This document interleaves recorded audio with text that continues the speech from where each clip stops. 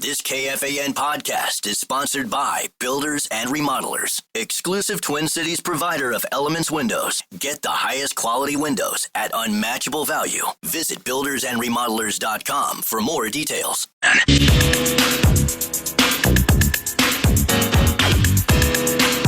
We all remember that one teacher who made a difference, believed in us, challenged us, or just made learning fun. Well, now's your chance to say thank you in a big way with iHeartRadio's Thank a Teacher, powered by Donors Choose. Nominate an outstanding public school teacher who's gone above and beyond for their students to win $5,000 to stock their classroom with whatever they need. Help us say thank you to the educators shaping our future. Nominate your favorite teacher now. iHeartRadio.com/teachers. iHeartRadio.com/teachers.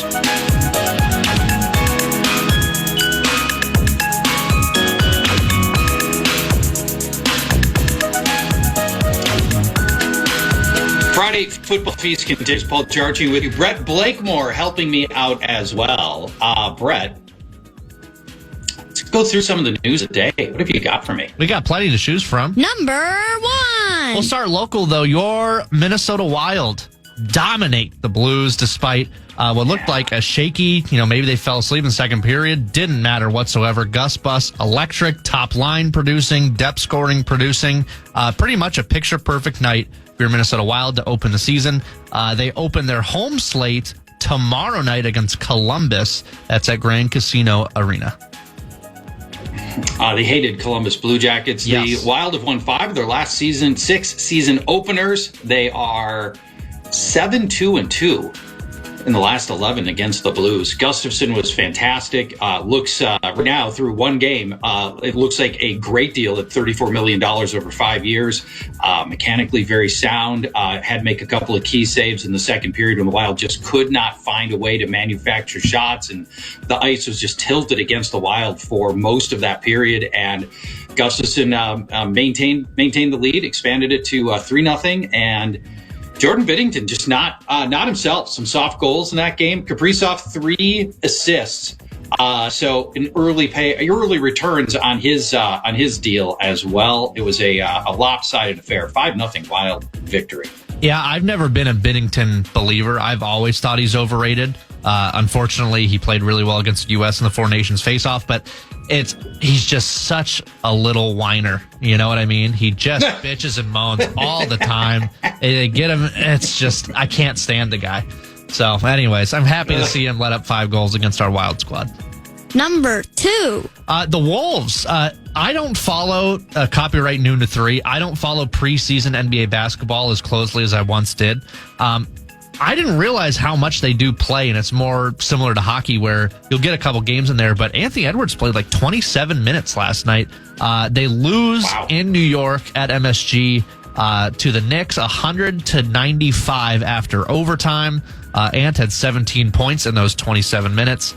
But like Dante, 24 minutes. Everyone's kind of getting in the game. The next highest point scorer is Randall at 16 points. But the hopes should still be high. I mean, preseason doesn't matter whatsoever. But the hopes are as high as any team in the market for the Wolves. And the expectation should be to get back to where they were, if not further. I believe the intention here is to get more minutes for more players for the Wolves in the preseason, as always, like for many teams, but also try to really find younger players that you can get more minutes on. Jalen Clark, Beringer. Well, let's get more minutes for these younger guys. I'm not really, frankly, too worried about it getting Anthony Edwards going in the preseason. I also want to figure out which version of Dante DiVincenzo we're going to get this year. Terrence Shannon, I'd like to see get more time as well.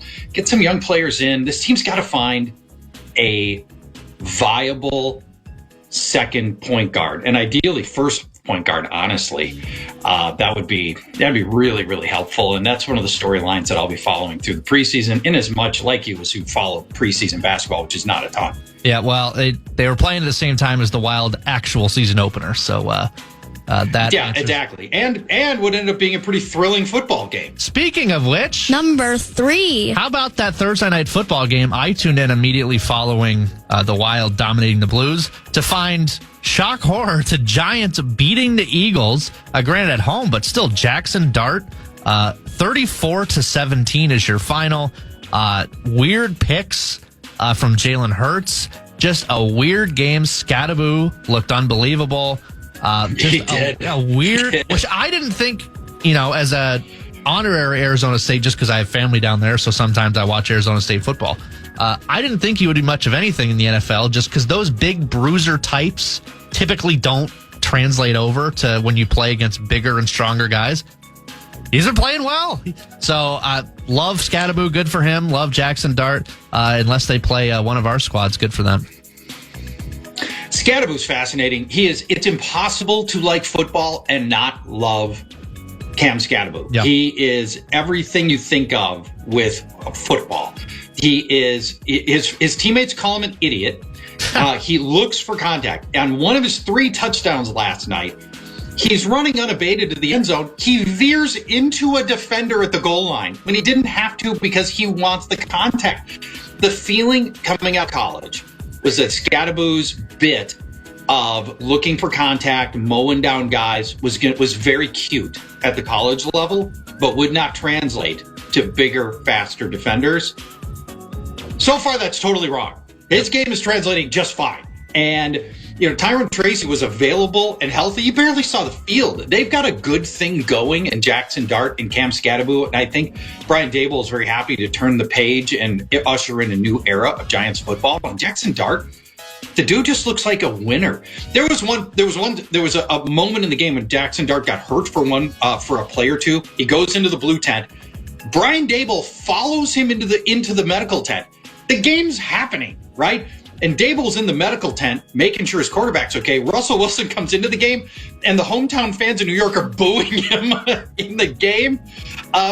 Jackson Dart has got all of these X factors that look like look like he's going to be potentially a special player. He's got the running ability.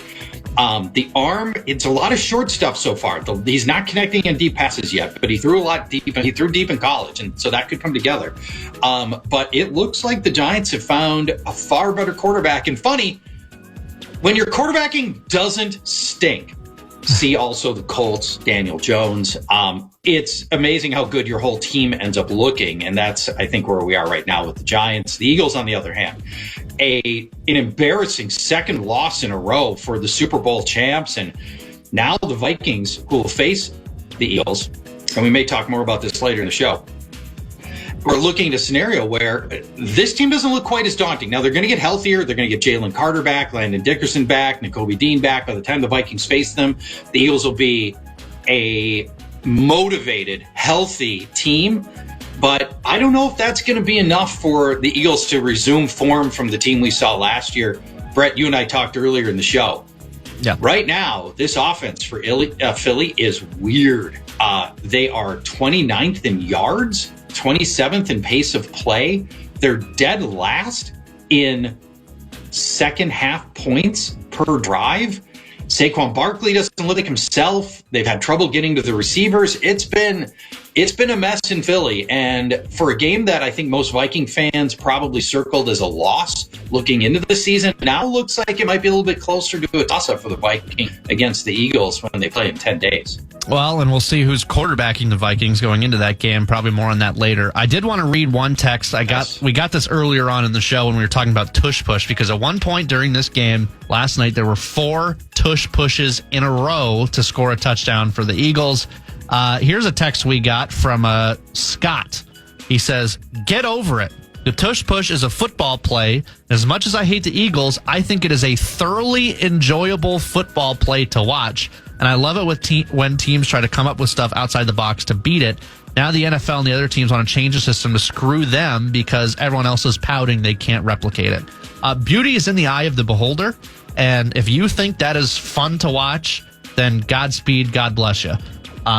In my eyes, it is horrible to watch, and it's basically unstoppable. And especially if they don't call the offsides and call it extremely tight like they said they were going to. It was a point of emphasis, and they didn't do that at all. So I completely, again, it's all subjective. Beauty's in the eye of the beholder. We're happy for you.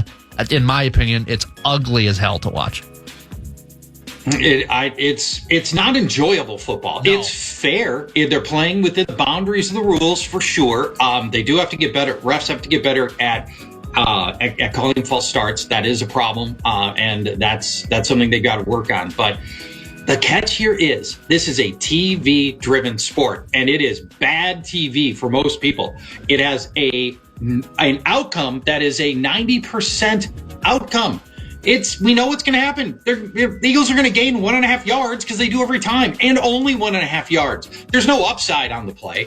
It's just plain boring. And at the end of the day, I believe the NFL will end up outlawing the tush push, in part because of 4 straight plays like we saw. Can I squeeze one more thing in before we break about this game? Cam Scattaboo, who we already mentioned, he gets ran out of bounds, seeks that contact, turns his head and says something to the defensive player, and gets a flag for taunting.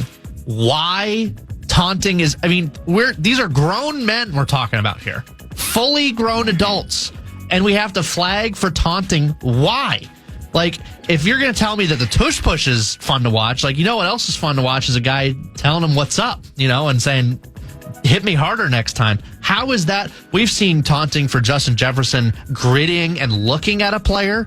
We've seen just standing in the general vicinity of a player. I don't what is the benefit that the NFL is getting for flagging these taunting calls? It makes no sense. Get rid of it. It's a very fine line. Having a player get in the face and lord his touchdown over a defender is pretty gross. And we've it's just, there are parts of it that are distasteful and I think are not sportsmanlike. But a lot of times it's just a guy says insults somebody in passing. I don't know, man. That's just football.